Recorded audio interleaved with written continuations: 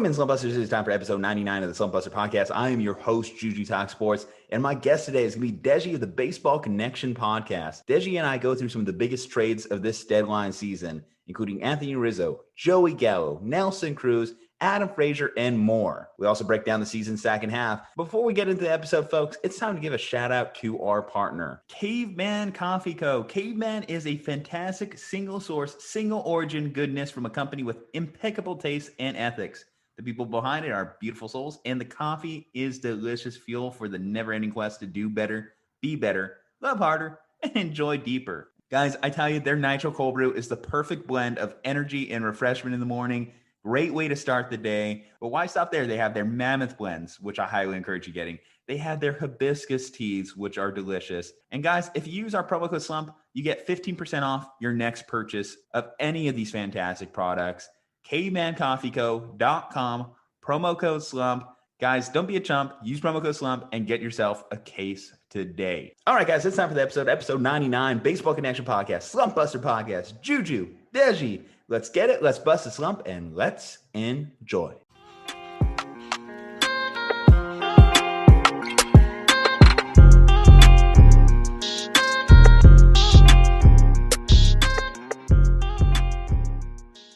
Welcome in, Slumpbusters. It is time for episode 99. Yes, we are one episode away from the legendary 100 mark, reaching that century mark. And we're going to do it in outstanding fashion as we have one of the busiest, most active MLB trade deadlines I have seen in recent history. And to break down it all, I have a great guest. We haven't had him on for a while. I haven't had him since the beginning of last baseball season, which turned out to be, of course, that shortened, crazy train wreck of a baseball season it was. But Deji Andrew of Baseball Connection, the Baseball Connection podcast, very smart guy, knows a ton of baseball content, posts almost every day, and has pretty much a take for every single transaction. So Deji, how you doing, man? It's been a while. I'm doing well. Good to be back on the show. Good to have you, man, because I absolutely need you to break down all these trades because there is just a ton of action. Have you seen a trade deadline this busy? I have, but it's been a while. I would say it's been kind of dry the past maybe 4 or 5 years. I think what happened was, so I think a few years ago, they changed the rules. Whereas in the past, it used to be that you had your trade deadline end of July, but then you had the waiver trade deadline. So you could still make trades in August if players clear waivers. So there's kind of secondary deadline. But ever since they abolished that a couple of years ago, this is like the real deadline. So anyone who needs to make a move needs to do so now, or else, they're without help for the next 2 months. Yeah, we used to see some big time trades that would happen occasionally in August. One of the biggest ones that comes to mind is, I remember when the Dodgers and Red Sox made that big transaction for Adrian Gonzalez, Carl Crawford, David Price, all those guys back in the day. But, or actually Josh Beckett. I guess the Dodgers and Red Sox have made a lot of transactions over the years. Yeah, that's the trade that comes to mind for me too. That Carl Crawford, Adrian Gonzalez, that whole deal there, that comes to mind as well. I think that's the biggest one we've seen in the last decade for August trade deadlines. And then, of course, I think there was a Verlander deal as well. Sending Verlander to Houston was also an August trade. Forgot about that. I could have swore that was one of those big time July moves, but to hear that's in August, and obviously, like you mentioned, the rules has changed, and now a couple days from now, that's it. Or depending on when you're listening to this podcast, there may be a lot of dated content in here, but that's what we're going to focus on, some of the biggest trades that happened, particularly in the last couple days. Rest assured, guys, if there is any trades that happen in between us hitting this record button and tomorrow's deadline, we'll definitely break it down on the channel. So check out our YouTube channel for that. But I guess let's just get right into it, man. We're going to kind of brush by these ones real quick, but just quick thoughts. Adam Frazier, an all-star, got another year of team control, goes to the Padres. How do you think that impacts the Padres starting lineup? I think it's a huge impact. I think we're not even done seeing the fallout from that trade. So you have Adam Frazier, who is a hit machine. A lot of people don't really know who he is, and it's not really their fault. I mean, he plays in Pittsburgh. It's a small market, but he is legit. I think what that's going to do for as far as the Padres starting lineup is it's going to squeeze Eric Hosmer out, because you're going to pencil in Adam Frazier at second base, maybe some outfield here and there, but he's primarily going to be at second base. So Jake Cronenworth will probably move to first. Eric Hosmer becomes the odd man out, not necessarily only because of production. He's still a pretty productive player, but it's all about value, right? You have Jake Cronenworth, who's on a rookie deal, versus Hosmer, who's on this huge, multi-million-dollar contract. The Padres are definitely going to look to move that first. So I could definitely see Hosmer getting dealt. If he's not dealt tomorrow, there's going to be quite a logjam, and honestly, there's just going to be someone riding the bench. It's probably going to be something like Cronenworth and Hosmer splitting time at first, but I do think that Hosmer will get dealt. But who knows? I could be wrong.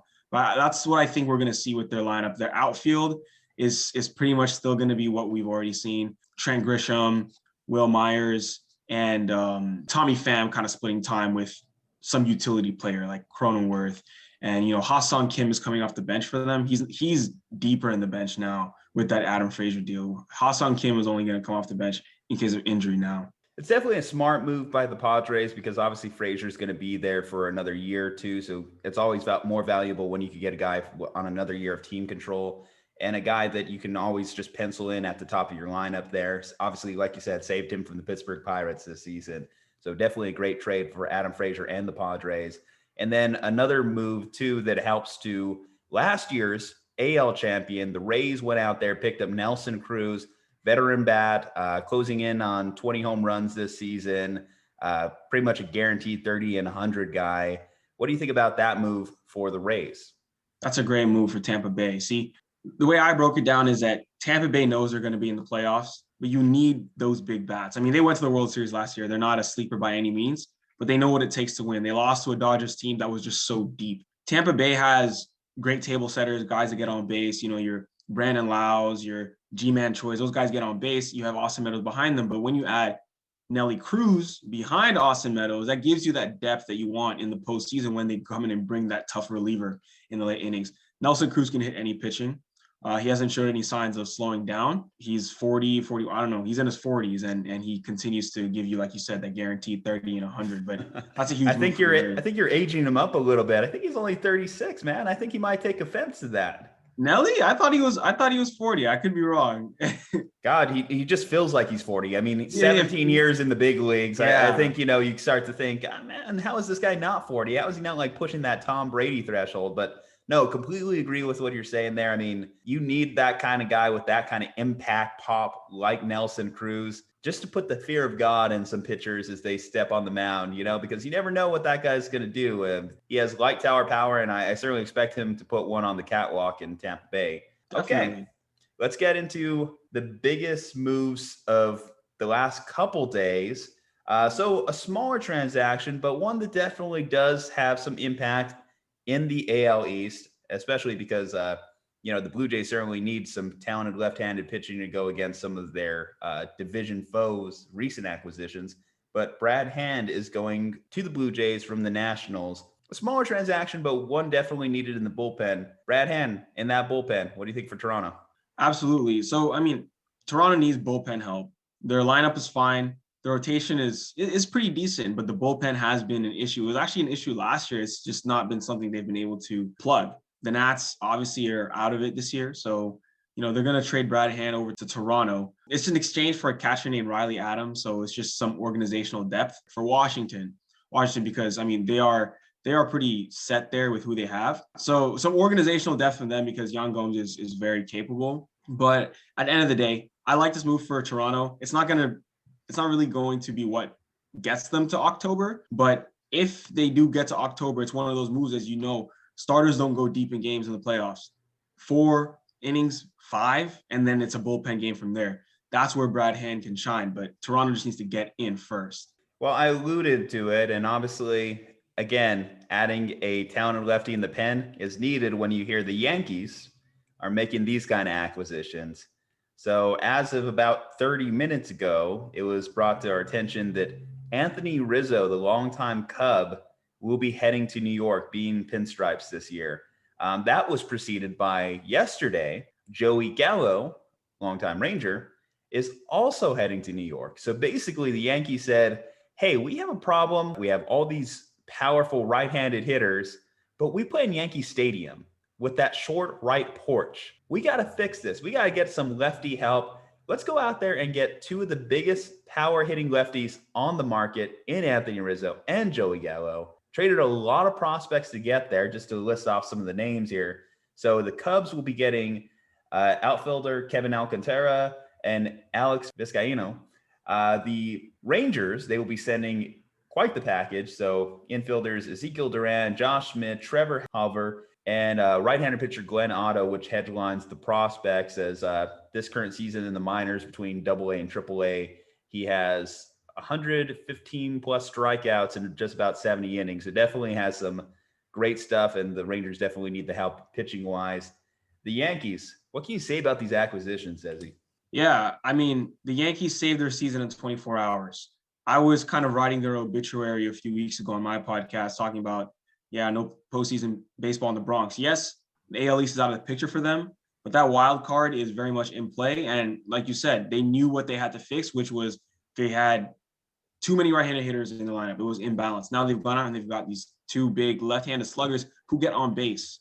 Yes, you have the short porch, and you better believe that those guys are going to take advantage of that short porch. But Joey Gallo doesn't need a short porch, right? You can hit him out of anywhere. His big addition to this team will be his outfield defense and his on-base skills. Of course, the power as well. But he gets on base a lot. And same with Anthony Rizzo. He doesn't strike out much. That's something that's huge for the Yankees. You know, they have some guys who whiff quite a bit in that lineup, but Anthony Rizzo does not. So it's just rounding out that lineup and kind of solidifying things. Expect to see someone like Luke Voit on the move now because he's expendable at this point. He is expendable. I'm kind of surprised that they didn't make a bigger push for, in particular, Trevor Story, mostly because they've had a trouble at the shortstop spot with Gleyber Torres this year. A lot of people are starting to wonder, like, if he's able to recapture that power that he had. I think he has less than 5 home runs the last time I checked, which is kind of surprising considering he was a 20-plus home run guy just a couple years ago for them. The Yankees definitely, like, you just look down that lineup. I was watching them against the Mets a few weeks ago, and it was just right-handed power, right-handed power, right-handed power. So clearly they just needed to fix that. And now you just literally stagger your lineup, squeeze those guys in between Aaron Judge and Giancarlo Stanton. And then that's just a nightmare combination for most pitchers anytime they have to see that lineup card. Some great moves by Brian Cashman. Certainly, he was on the hot seat for this one. I know that they have to expend some prospects that they probably don't want to, but, you know, it's New York. There's a lot of pressure in that market. You got to make some big-time moves. And in particular, this trade deadline, the Yankees didn't mess around. They got it done. So good job to them. I'm excited to see them the rest of the year. And I definitely need it because preseason, I picked them as my World Series favorite out of the AL. So wow. That wasn't looking too hot for a while. So calling myself out there, putting myself on blast. Yes, that was an old take exposed. Hey, it's good to know that New York's trying to back me up on this one. Yeah, we'll see how it goes. I mean, they're definitely within reach for that wild card. Big time win for John Boy Media as well.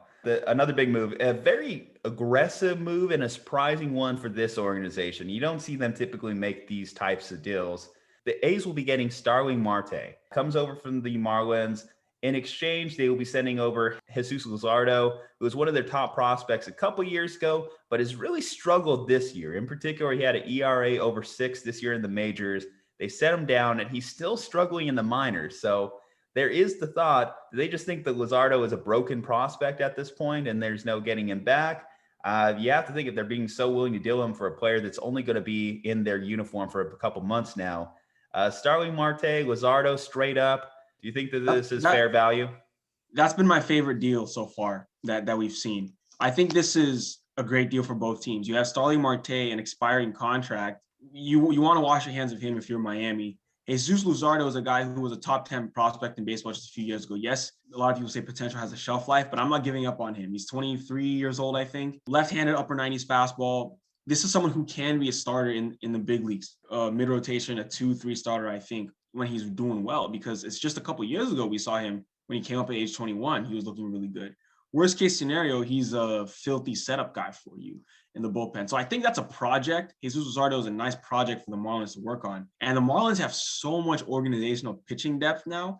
I'm talking about Sandy Alcantara, Sixto Sanchez, Trevor Rogers, Pablo Lopez, Max Meyer. Now you throw Luzardo into that mix. This is a team with as good of organizational pitching depth from a prospect standpoint as anyone I can think of. I mean, at the major league level, not quite yet. I mean, Trevor Rogers is really leading that charge. Give them a couple years, I think they'll have one of the best rotations in baseball. If not, they could always trade those pieces out, right? And then get something in return. As far as Oakland getting Starling Marte, I love it.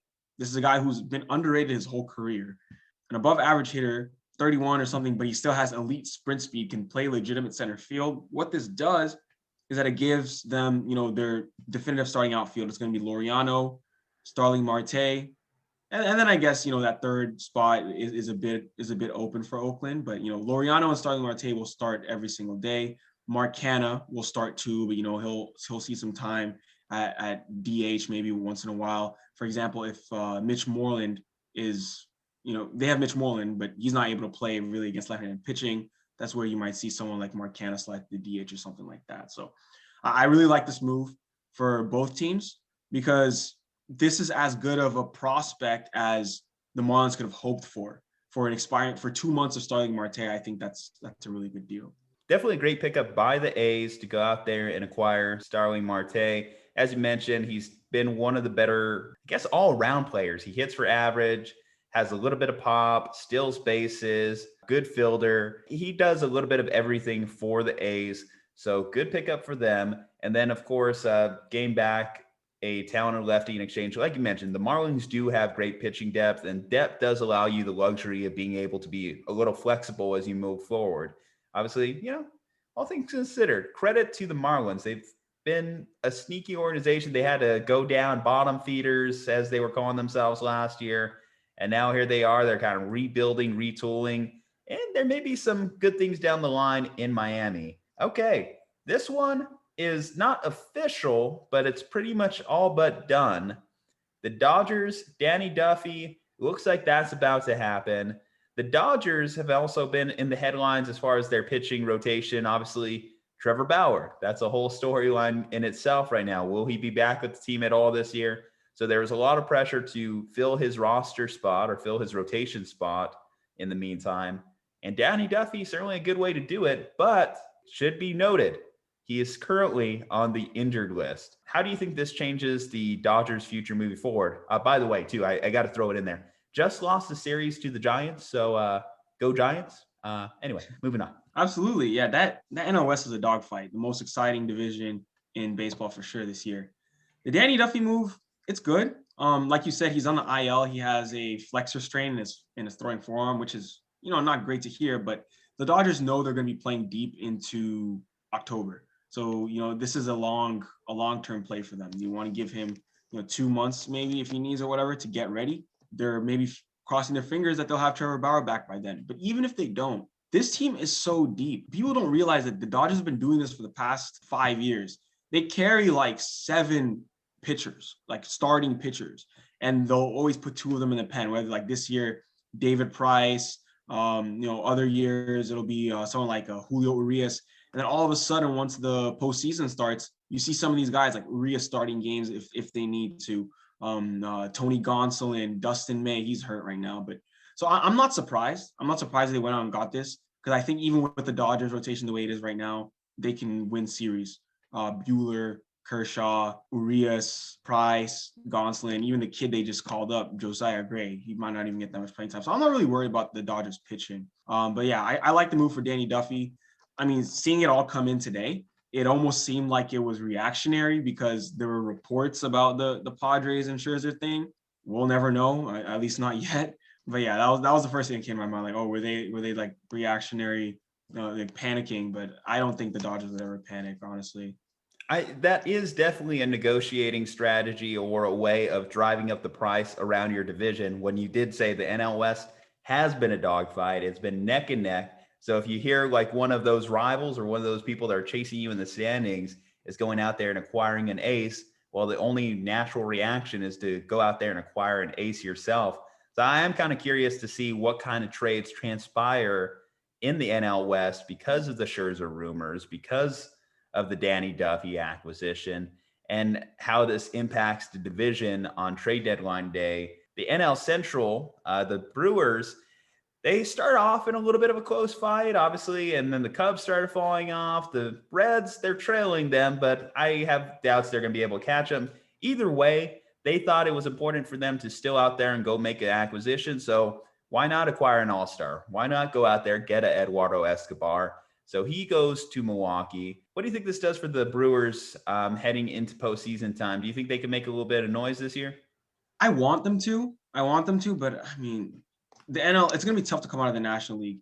This Eduardo Escobar move is great. It gives them some power. So I like what Milwaukee has done over the past month or so. So first they went out and they got Willy Adames. That was slept on him because who knew Willy Adames was going to turn into what he's been over the past month, because he was striking out way too much in Tampa Bay. Now he's been the Brewers' best hitter. They went out and got Rowdy Tellez, which I was like, okay, that's a good move. And the power is there. Now they get Eduardo Escobar. This is someone who has some pop as well. So I like the moves that they've made, and so far it's been good. But getting out of the National League is tough. I mean, it was a heartbreaking loss for them 2 years ago in that wild card game against the Nats. That was really, really bad. They've had some bad luck with Yelich injuries. I just don't think they have what it takes to beat the better teams, especially, like I said, those National League West teams they're not going anywhere. So I don't know. I think the Brewers will get in. I mean, they'll win their division, but those three NL West teams are the juggernauts this year. Yeah, I definitely do see it being a little bit of a tougher move for the Brewers, especially because even their best player, Christian Yelich, isn't having his best season. He's been kind of having a little bit of a down year. So it starts with the head of the pyramid. So I do think that is kind of a poor foreshadowing for the Brewers' playoff success. Okay, well, this one, again, isn't official, but you alluded to it. So I think we should touch on it just in case this deal actually happens. But Max Scherzer to the Padres. According to MLBTradeRumors.com, it looks like the Red Sox are getting into this mix last minute as well. How do you think that for both those teams, just in case, you never know what happens, this impacts their rotation, their chances of the playoffs, their chances in a World Series endeavor? Yeah. So first of all, I'll say that I'll point out Max Scherzer has a full no trade clause because he has his 10-5 rights. For those who don't know, it means you've been in the big leagues for at least 10 years, at least 5 consecutive years with the same team. He's been with the Nats for at least 5 years. So he has full no trade clause, which means we know Max Scherzer is competitive. He's only going to go to a competitor. It could be the Padres, as being rumored. It could be the Red Sox. Wherever he goes, we know it's going to be a contender. He automatically puts that team in the World Series mix. That's my opinion. If he goes to the Red Sox, that's a World Series contender right away. If he goes to the Padres, that's a World Series contender just because of what this guy can do. He can be your ace, no matter what team you go to. If he goes to the Padres, I mean, there's no one would complain if they started him over Yu Darvish in Game 1. Yeah, I think that's important in particular for the Padres because ever more it's looking like the Padres are going to be in that wild card game as opposed to just a 3-game series or a 5-game series in the division series. So that means you want your most talented starter or the most talented starter you can find out there on the mound in that game. That would be Max Scherzer. Yes, Yu Darvish would be a good person to start that game potentially for them, but it helps to be able to make your rotation a little bit deeper so you can move him potentially into that first game of the division series and hope that Max can get you into that next round. So I think it makes sense for the Padres if they're just thinking about, I have to get past this one wild card game. For the Red Sox, who are currently, are they still leading the AL East? I want to say yes. The last I saw, they were still leading. Yes. Okay. But I mean, Tampa Bay is creeping up a little bit. You talked about dogfights, the AL East and the NL West, both competitive divisions. So definitely any little advantage you can get is important. The only thing that makes it a little difficult for the Red Sox is the last rumor I heard out of Max Scherzer's camp was that he wants to be on the West Coast. So that would be the Dodgers. That would be the Giants. That would be the Padres. If you're the Red Sox, you have a good team. You are leading your division. But as you mentioned with the no trade clause, if he doesn't want to stay on the East Coast, if he doesn't want to go to Boston, he doesn't have to. I think it would be a mistake because the Red Sox certainly are a good organization, have been a great organization. I know we were clowning them last year for trading away Mookie Betts, but here they are again, retooled, revamped. They consistently find a way to just blow it up every couple of years and bring it back to playoff relevancy. It's actually a really impressive thing by this organization. So if they were able to trade the pieces away to get a Max Scherzer, certainly would make them the favorites for the rest of the season in the AL East, especially like you said, they have people chasing them. Again, literally, the Yankees are making moves. Probably not going to catch them in the AL East, but still, it's always good to have that advantage in that matchup. But that pretty much runs through the trades that we've seen so far. So I guess with that said, let's just kind of look at what we have remaining here. The division leaders. So we mentioned the Red Sox are leading their division. Out in the AL West, you have the Astros currently leading their division, if I'm not mistaken, on last standing. The White Sox in the Central. Who's your favorite coming out of there for the World Series? So, wow, that's tough. That's really tough. I guess I'll just qualify this by saying keep an eye on the White Sox. They are going for it this year. So, well, they're benefiting from playing a really weak division. I will concede that. But look what they're doing without Eloy Jimenez, without Luis Robert, without Nick Madrigal, guys like that. They're anchored by good pitching, and that's what wins in the playoffs. They're anchored by good pitching. They have timely hitting, but now they got Eloy Jimenez back. They're getting Luis Robert back. So that's a team I think could be a really fun storyline to watch in the postseason. But to answer your question, who I think would come out of the American League, it's tough. I don't think we're going to see an AL West team do it. I don't think the Astros are deep enough this year, and Athletics usually aren't deep enough for the postseason. So I think it's going to be either the Red Sox or the Rays. I think we'll see either the Red Sox or the Rays come out of the American League this year. I'm not too sure who it'll be. I think it's going to depend on how Chris Sale looks when he comes back, because he's coming back pretty soon in a few weeks. And if he looks like Chris Sale, it might be curtains. It might be Boston's year. But if he struggles, coming off of Tommy John, because it's never guaranteed, then, Tampa Bay always finds a way to win. No love for the Astros too. I mean, they've been streaking. They got a little bit hot before the All-Star break there as well. Not a given, but you talked about talented pitchers coming off injury. There is a potential crash course for Justin Verlander to be close to ready by playoff time. Do you think that could potentially happen? Wow, that's a good point. I didn't even think about that. If that were true, I mean, he's a veteran, and if anyone could ramp up for the postseason, it's him. If that's true, then yeah, I would put the Astros up there. It's so tough. I mean, it's hard for me to give one answer because yeah, the Astros have been through a lot, but kind of like the Red Sox, they find a way to put a good team out there. And even with the pitchers they have now, it's McCullers and Greinke at the top, but Framber Valdez has been really good. They have other guys who have been pretty good this year, but I think it's all about pitching at the end of the day, which is why I think that if Chris Sale comes back strong, I do kind of favor the Red Sox because they have him. They have, of course, Eovaldi's been really good this year as well. And the back of the rotation isn't that great, but the Red Sox bats are just so good. Whereas a team like Chicago has probably the best rotation in the American League, but their bats are not as good as Boston's. But of course, if Jimenez is hitting well and Robert's hitting well, then honestly, it's hard to ignore the White Sox. So I don't really know, honestly. I'm naming a bunch of teams here, but we'll see. It'd be interesting. We haven't seen those teams really make any noise yet at the deadline. So maybe potentially by the time this podcast is posted out there, sports content, it tends to be a little bit perishable. Sometimes it takes age fast, but either one of those teams could and probably should make a acquisition to kind of break the tie a little bit. Like you mentioned, it is pretty close right now. Well, we took in the NL, the division leaders as they stand are the Mets, who have taken advantage of mostly a bad division to this point. Of course, they've been dealing with injuries all over the place for DeGrom, but DeGrom has had a fantastic season. We talked about the Brewers a little bit. Obviously, they went out there and acquired Escobar, so definitely helps make their lineup a little bit deeper. The NL West is the big thing, the big story of the year, obviously.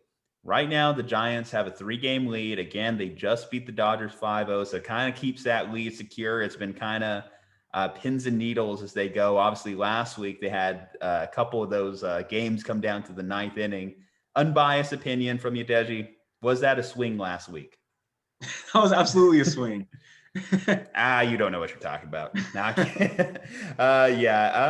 think we might have got away with that one, but literally every single Giants postseason run has been led by some bullshit. So I will take it. I will take all the bullshit. I was about to say, man, it feels like one of those magical years in San Francisco. You know what I mean? It just feels like one of those years. It's those magical years out there in the Bay. Who knows what they'll do? But I like their chances this October. I really do. I mean, they're up 3 games in the West right now and just have been steady all year. They haven't had a rough patch. The Dodgers have had some rough patches this year. The Padres had some really rough patches. The Giants haven't really run into any rough patches this year, which is really interesting. Yeah, you know what will be unique is if the Dodgers and Padres, which obviously seems like it's going to happen, are in that wild card game. If the Dodgers manage to advance, obviously that would put them squared up against the Giants. I believe, if I'm mistaken, that would be the first time in modern baseball or the modern playoffs that the Giants and Dodgers have matched up in postseason play, which will be something that, like, for both fan bases, will be so exciting to see. Obviously, we've seen a lot of postseason baseball between the Red Sox and Yankees, but the biggest West Coast rivalry hasn't gotten the same type of love. ESPN's been pitching us that Padres-Dodgers rivalry all year, and yet here we are. Same old story. Giants, Dodgers hating on each other. I guess it just comes down to we haven't seen a good brawl this year. We've seen little things, little skirmishes. Maybe everyone's still practicing social distancing a little bit. Yeah, maybe. But you better believe when tempers get hot that no one's holding back. If it gets down to the wire, I can see, like, what was it earlier this year where we had almost a brawl, not a brawl, but benches cleared at the Dodgers Padres series. Like, I think it was multiple times in the same series. And that was like in April. If that was happening in April, in October, you better believe that no one's going to be holding back. We had a little bit of controversy with Josh Donaldson getting into it with some pitchers around the AL too, over the sticky stuff. Remember we had some heated exchanges because of that earlier this year. It's good that we've had a solid baseball season. I gotta say, this is probably one of the most exciting baseball seasons. Maybe it's also just coming off of last year, you know? I think that's part of it. We're hungry for a normal season, and it's been great to have fans back in the stands, being able to go to the ballpark and everything like that. Yeah, I know you're based out there in Houston. Have you gone to a couple ball games this year? Absolutely. I've been to a bunch of games, not just in Houston, around the country. I've been to a couple of different places, just soaking it all in. It's great to be back. Nice. Which ballparks have you checked out? I was actually just at Wrigley. I was just at Wrigley. Yeah, I was just at Wrigley. I went to San Francisco for the first time this year. I went to a Giants game. How was that? Because obviously San Francisco, California has been a little bit more restrictive in terms of COVID and safety protocols. Right. So how was that going there versus being in the Houston ballpark? They were both great, honestly. The Houston ballpark, I think I've been to 3 games this year. SF, I went to 1 game, but the 1 game I went to SF, it was great. Memorial Day. I mean, yeah, of course, like the COVID restrictions are definitely more heightened in San Francisco, but in the ballpark, it was surprisingly pretty relaxed. We didn't have anyone really breathing on our necks or anything. Everyone was just enjoying the baseball game. Yeah, well, that's definitely a relief to hear that it was an enjoyable baseball experience. I mean, you definitely got that one on me. I hate to say it, but I've never actually been to a game at Oracle Park, as they're calling it now, since caught a lot of spring training games, but Oracle Park is still on my bucket list, my to-do list. Gotta check out Globe Life Park. One of the more fun baseball stories I want to get your quick take on. There's a new one. So there's Globe Life Park and there's Globe Life Field, which is just across the street. So I went to Globe Life Field earlier this year as well in Arlington, it's just across the street. Yeah, my plan is in sometime here in August, I gotta go see Shohei Ohtani play live. I got to mark that off the list because this guy has just been so fun to watch on TV. Anytime MLB posts on their YouTube channel a Shohei Ohtani highlight, I stop to see what this guy does to that baseball. Just that sound off the bat, that crack. I've been lucky to see him play a couple times this year. So I saw him play in Houston, and the first thing I noticed about him was how fast he is, base running wise. I didn't realize it. It was like a ground ball, and I was like, this dude has super long strides. Really, really fast runner. So there was that. He also homered in that game. He also played some left field in that game. So I was like, wow, this dude, he's something else. One of the biggest shames of this baseball season is he's having this magical year, and Mike Trout's been on the IL this entire time. Yeah. I just want to see those guys at their peak of their power, healthy, playing in the same lineup together for an extended period of time.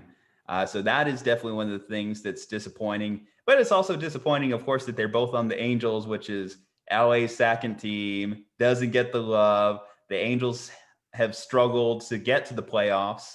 The fact that Mike Trout has only been in 3 postseason games, I believe, in his career, that's definitely up there as far as disappointment. I feel for the guy. He's been one of the greatest players of our generation, probably the greatest player of our generation. Absolutely. And yet haven't seen him in the playoffs. It's heartbreaking almost. It's a bummer. Yeah, great, definitely the greatest player of our generation, but the Angels just haven't been able to get it done. You have a little bit of a Red Sox bias, right? If I'm not mistaken, Yes, that's your I am a team. Red Sox fan. So that's why, of course, you were hyping them up. You said this is a year for them to get back to the World Series. I see you. I did not. I'll be know. honest. I did not expect the Red Sox to be this successful. I was expecting 500 record, but what's happened is that return to form of the hitters, JD Martinez and Rafi Devers, return to form. And then the pitchers have been better than we expected. I didn't expect Martin Perez to be, serviceable. I didn't expect Nathan Eovaldi to be an all-star this year. So all these things have lined up, and yeah. Sometimes you just got the magic touch. Obviously, too, I think the managerial change, getting Alex Cora back in there too, was a huge move for the organization, coming off the surprise release of him last year, following the trash can banging, all of that drama. It's amazing what all has transpired in just a year. We went from the Astros talk to the COVID talk to players wanting to hold it's out. Funny because the last time that I was on the show was before all the COVID lockdown. I remember it was like March, like early March, like literally like a week before everything went. So it's crazy between now and then what's happened. It's yeah. Yeah. Any asterisk for the Dodgers World Series title? The only right answer is yes, Deji. I mean, come on.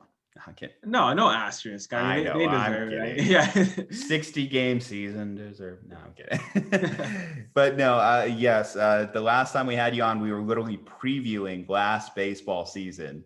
It was just one of the crazy how fast time has flown by in that time span. It almost doesn't even feel like it's been that long when you really think about it. But all right, man, cool. Well, let's see here. One quick take here. Trevor Bauer, does he play again in 2021? He does not. Yeah, I think it's one of those things that, because you heard his leave has been extended multiple times now, it's just going to keep getting extended. And then they'll probably just wait for the dust to settle in the offseason before they address it. Meaning the Dodgers.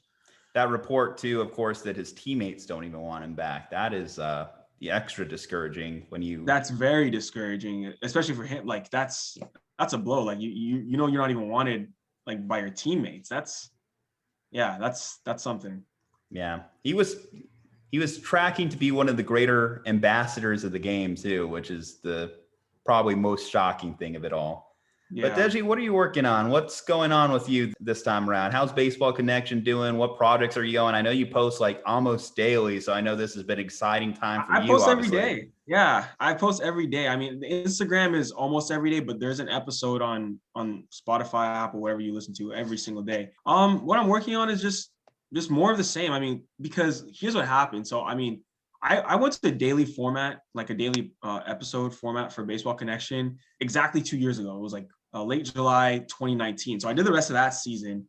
And then we all know what happened with the 2020. 2020, I was gearing up, I'm going to have a full season. And then that happened. So this is my first like season, like trying to go from start to finish, So it's been fun. It's been fun doing it this way. But yeah, I don't really have anything specific in mind. Just continue to keep churning them out. And yeah, just continue to keep churning them out, making appearances like this when the opportunity arises. Oh, for sure. I mean, we're going to 3 shows a week, so just rest assured that definitely as postseason baseball kind of starts heating up, we're going to give you a call. We're going to get you back on here at Baseball Connection. Definitely one of the better Instagram pages I've come across, and definitely why, we've reached out to you, had you on the show a couple times. Keep doing the good work, brother, because obviously there's not a lot of great people to talk baseball out there. We know it's kind of a limited market out there, so we appreciate having you. We appreciate your mind, your information. So thank you again for coming on. Slumpbusters, obviously, this is episode 99, 100, just around the corner. Very exciting times for us as we close in on our 2-year anniversary. So just want to give you a quick thank you for being with us along for the ride. But if you're just listening, of course, hit that subscribe button, guys, because we have a lot more planned. 3 shows a week coming in August, 3 shows a week coming for the entire football season. So we want you along for that journey as well. Check out our partner at Caveman Coffee Co. That's at cavemancoffeeco.com. Come on, don't be a chump. Use promo code SLUMP and save 15% off your next purchase at Slumpbuster Podcast on IG, at Slumpbuster Pod on Twitter. Even check us out on TikTok. Why not? At Slumpbuster Pod there. Leave a 5-star, stay safe, happy, and healthy, and we'll see you next time.